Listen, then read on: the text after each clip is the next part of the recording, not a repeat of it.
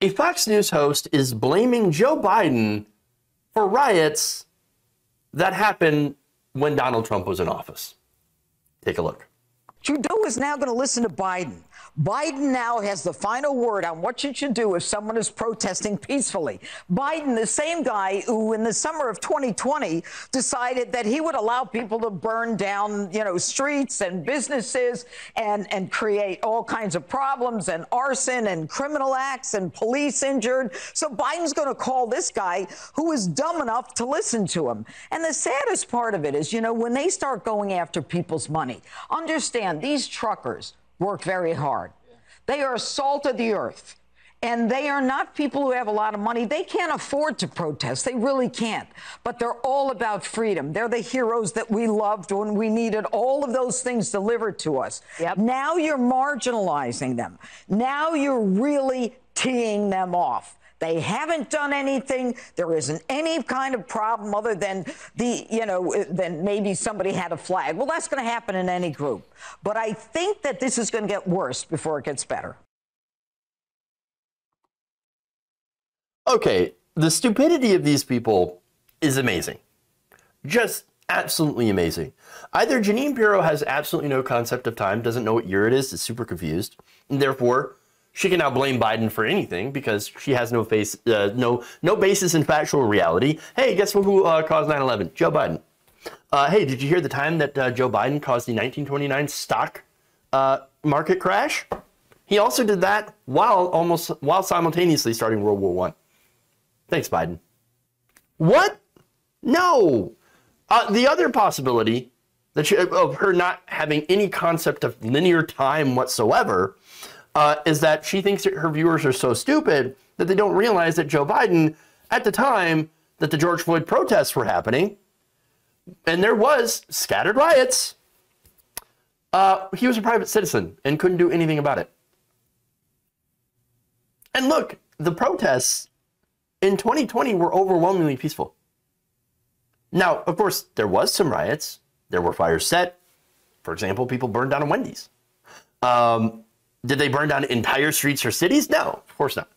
No, that's not what happened. And furthermore, by the way, if Biden had been in office, you don't think that he would have taken action? Of course he would have. There's not much, though, he could have done at the federal level because, again, this is more of the jurisdiction of the local police, right? And so, but it doesn't matter.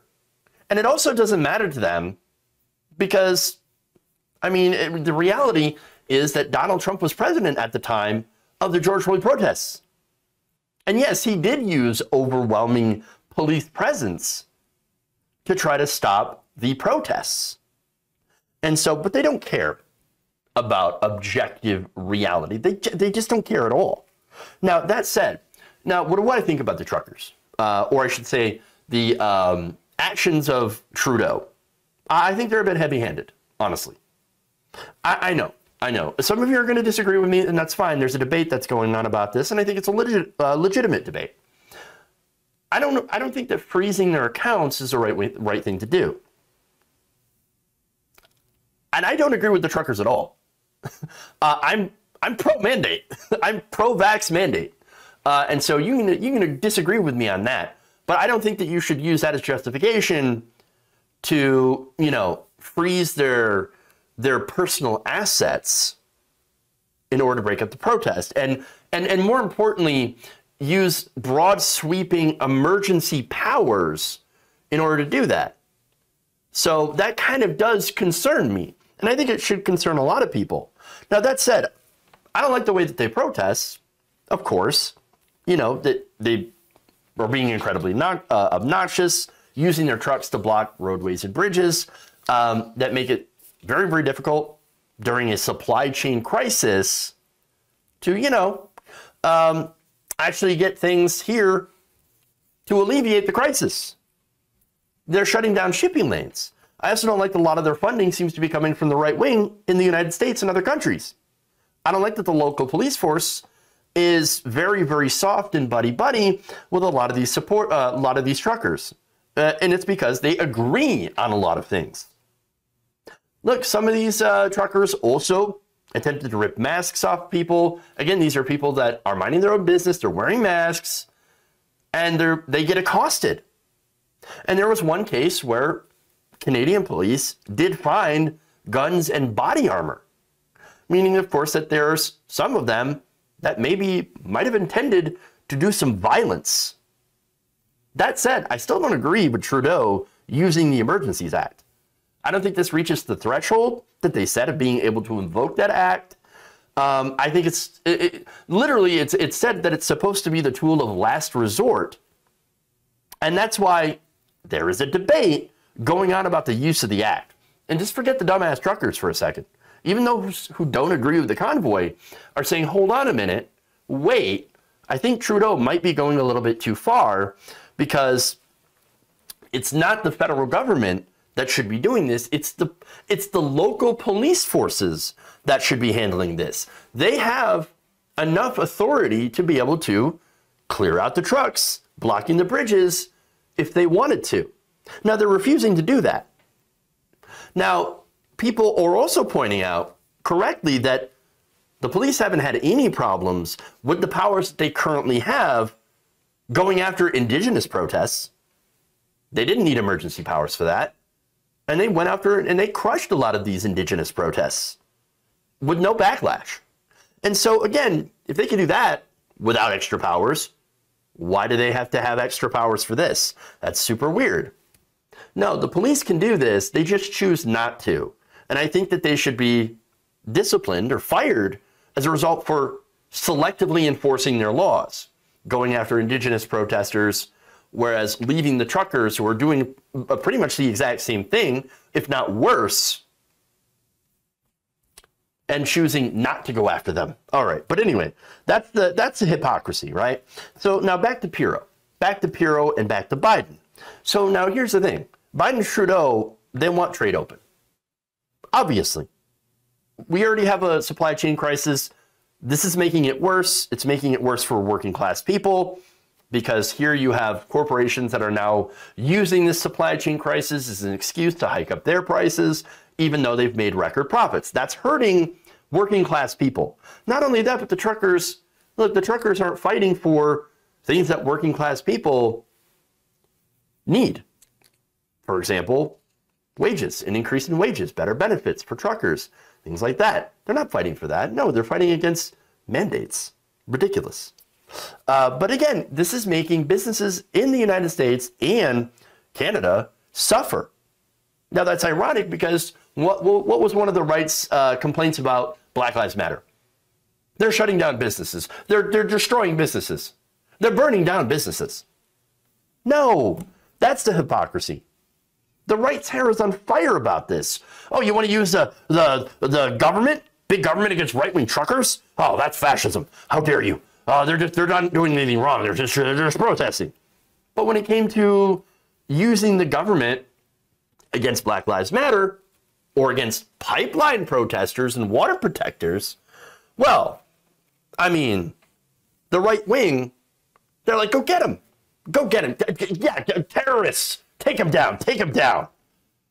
Look, right wing in this country has passed laws that will allow you to literally run over protesters. Run them down. Run them down. No, it's absolute hypocrisy. And look, the police and the right wing, they're on the same side. And that side is always against us. And so, of course, invariably, when you give police, not police, but the government more power to take more unilateral emergency actions, that it's going to help the right wing. Now, that's kind of why I shake my head here when I see some lefties with good intentions that do defend the truckers. And it's the slippery slope, right? Well, they argue. Wait till they use it on the left. Have you been paying attention? They've been using it on the left for forever. They already do that. So you're not really doing anything. While the people are clutching their pearls over this happening to right-wing truckers, the elites have already done it many, many times to the rest of us. And look, when that happened, did the right wing come to our defense? No, of course not. They'll never come to our defense. And so I'm not saying that as a justification for using emergency powers. I'm just saying keep that in mind before you eagerly jump to the defense of the right. Now, that doesn't mean, again, that you can't oppose politicians like Trudeau, who I do think is overstepping here, using those emergency powers. You should oppose that, because I think that is too much power in the hands of one person. But at the same time, you also have to understand the situation cannot continue as it is. I think the working people of Ottawa already have the message here. I think they would like to have their peace and quiet returned. I think after 18 days, the truckers have made their stupid point, and they've gotten all the attention they deserve. I don't think they should be labeled as terrorists. I don't think they should freeze their funding. I think that opens up a lot of disastrous implications for protest in general, but I do think that they need to be dealt with. How? I don't exactly know. Perhaps letting the local police, encouraging the local police to get in there and do what they have to do. And I don't mean, by the way, do it like go and crack skulls. You know that's never going to happen, and I wouldn't want that to happen. But maybe making them do their job and get the trucks out of the way. Just tow the trucks. Protesters can stay. They have the right to protest, but get the trucks out of the way. I don't know. But yeah, I mean, that's one possibility. Another one is allowing and encouraging counter protests that are effective as long as they remain peaceful. There are different ways that they can deal with this that doesn't involve, you know, government emergency powers that shouldn't be invoked unless it's a much larger crisis. As I said before, this doesn't even fit the threshold of invoking the Emergency Powers Act, and so, and as far as, again, the police being buddy-buddy, look, if you're not doing your job, if cops don't want to do their job, they should be fired and replaced. Simple as that. As far as everything else goes, I mean, again, we're going to have to, this is a complicated situation, and we're going to have to figure out the best way to do that that doesn't make the situation worse overall.